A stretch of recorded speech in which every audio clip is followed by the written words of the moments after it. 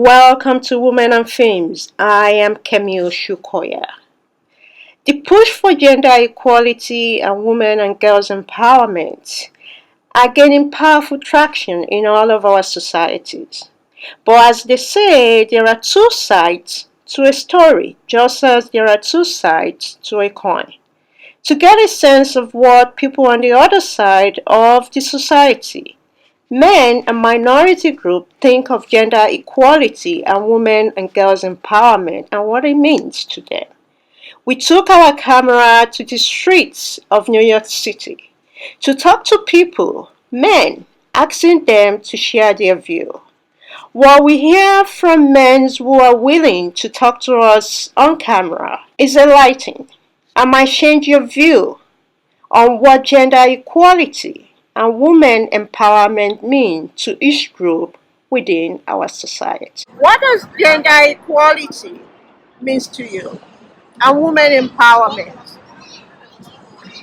Well, gender equality means to me that regardless of which background, lifestyle you come from, male or female, there must be equality within both regions. Women empowerment is, it could be a different way of depending on which paradigm you sit on. But however, being a male, you must know that there are powerful women in the world and you must not allow yourself to be jealous or intimidated by that. Yeah. Oh, okay. And you? So for me, gender equality means just an even board between the sexes as far as payments, recognition, societal change, and just how we deal with one another. Not so much I'm over you or you're over me, or you're a woman in power or I'm a man in power. Like you're a person in power or I'm a person in power. Try to. It's hard to see a common ground between it, but it's there.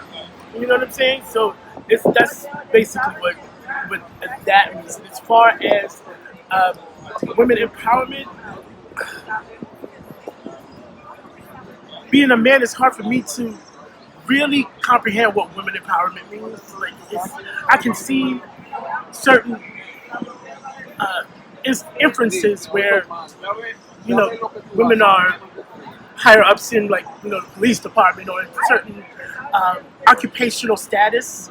But as far as social status, I'm really not I'm not grasping it. And I don't have anything against it. I think everybody should be able to shine as far as hard or as bright as they can shine. I just know that the way I was raised is don't step on mine and I ain't gonna step on yours. You know what I mean? and I was always taught that we're all supposed to succeed. You know what I'm saying? Always look out for your own. Make sure your own rise up. Whenever you see your own doing good, give a clap and keep it moving.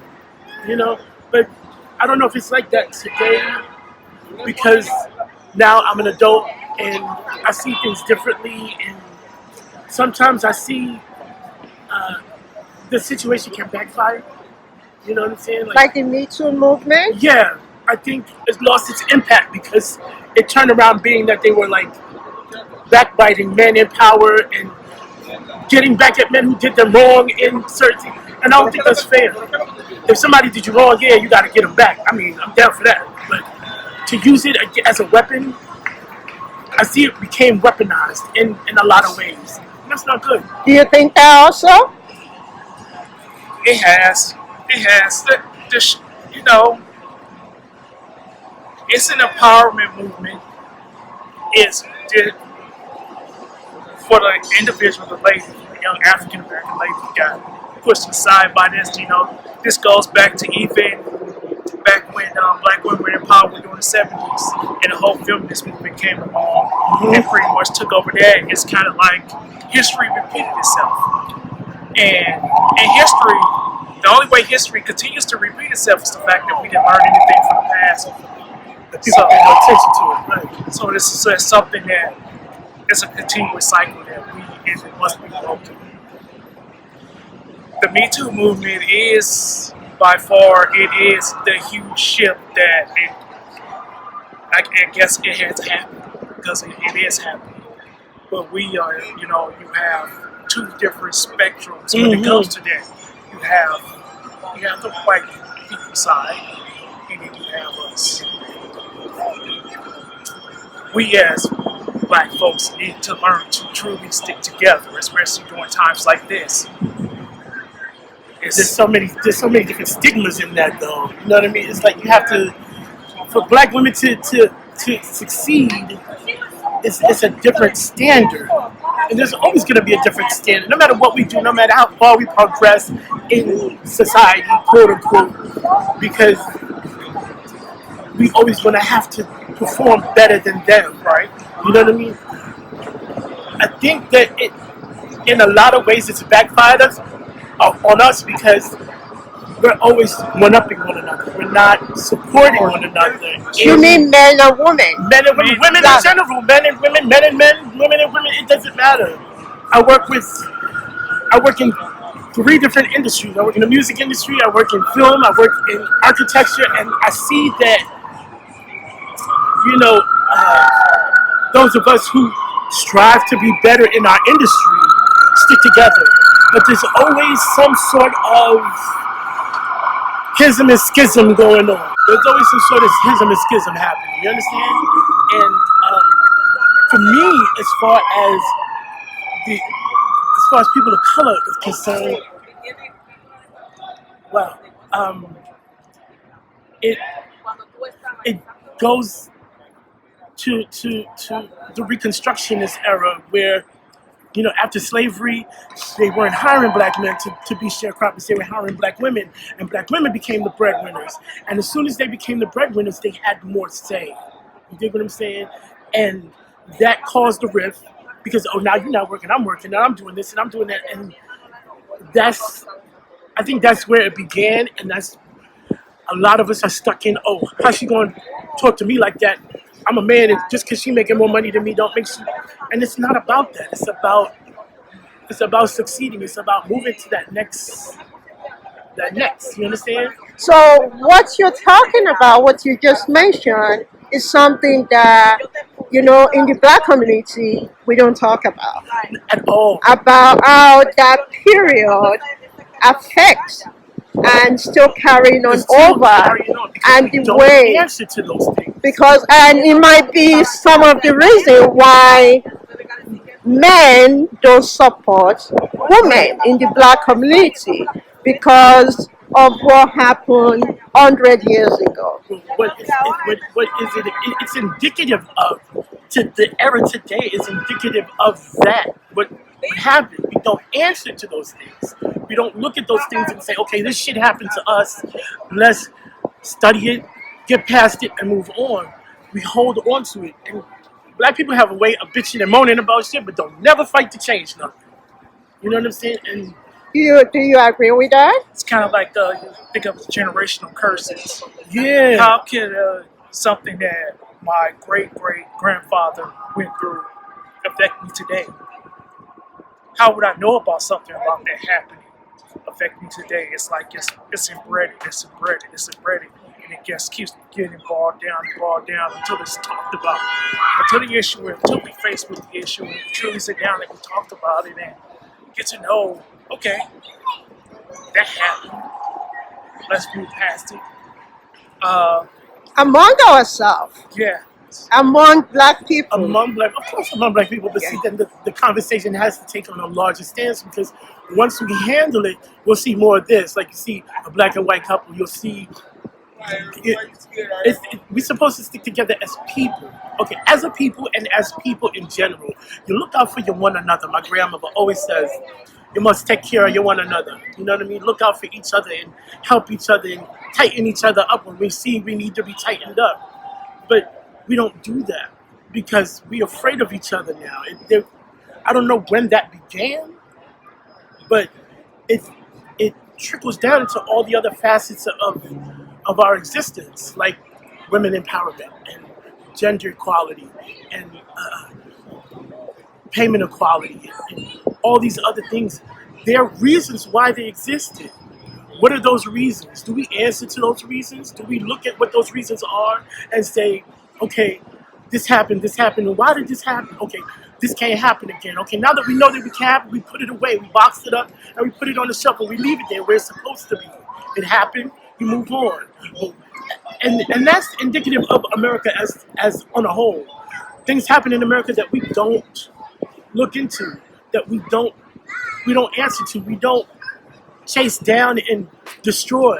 And the inferences and little traits of that the underlying cause that come through when they just in excuse my language, but I'm a very frank individual, so put us in different ways.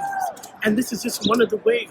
The way that you're taking your power. Your power is the camera. Your power is your series, and how your series affects the grand consciousness. The larger consciousness in whole, and what it does from there, and then it moves on and it moves on. It's all about affecting the mindset. The mindset, the populist consciousness. How can we, within our community, within the Black community, what changes do we need to make?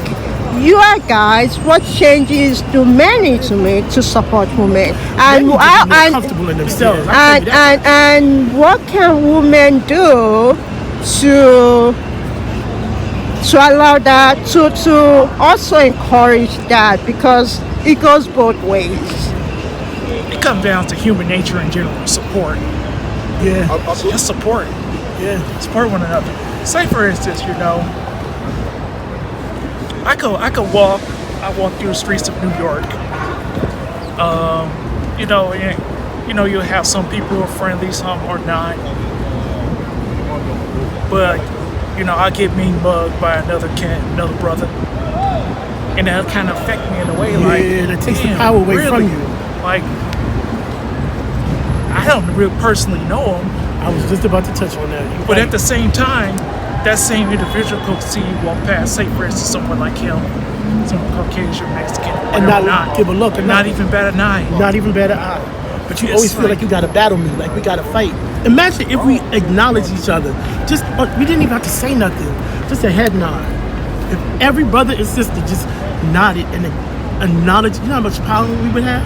You know how much energy that gives you when you acknowledge somebody in a positive way, like how we greeted each other. This conversation, this reasoning has power now. This power it's growing throughout the grand consciousness. It's growing throughout everybody around us now. It's feeling these people are reasoning on something deep that needs to be talked about, right?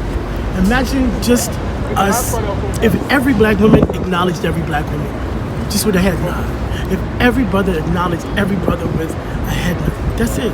Just to say, hey, I see you, I got your back, I'm proud of you. You can be fucking up, you can be all crumpled up on the floor, all sorts of shit. As long as you acknowledge somebody and say, yo, let me acknowledge this, but hey, what's up? How you doing? Good to see you. I'm glad to see you. I don't know this man from a hole in the wall, right? But I'm happy he's there because I know that if he's there, then I'm okay. You understand?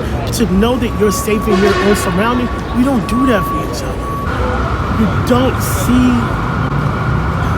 There's no impetus to grow. There's no impetus to do, according to my mother, do anything edifying. To like take the next step and be like, let's do this together. Oh, you into comments? I'm in the comments too. Let's do our own. Let's do something. You know what I'm saying? Even if you don't do that, but just acknowledge it and support somebody. Supporting someone means asking them what they need. A recent World Economic Forum Global Gender Gap report says it will take 108 years to close the current gender gap. 108 years, which means we have a long way to go. As we just heard from the candid conversation from these two men, the first step in realizing that goal of closing the gender gap is by acknowledging each other. Men acknowledging men acknowledging women, and women acknowledging men, which goes a long way. That's the end of this episode. Till next time, stay open to new experience, get involved in your community, and encourage each other. I am Kemi Oshukoya. Till next time.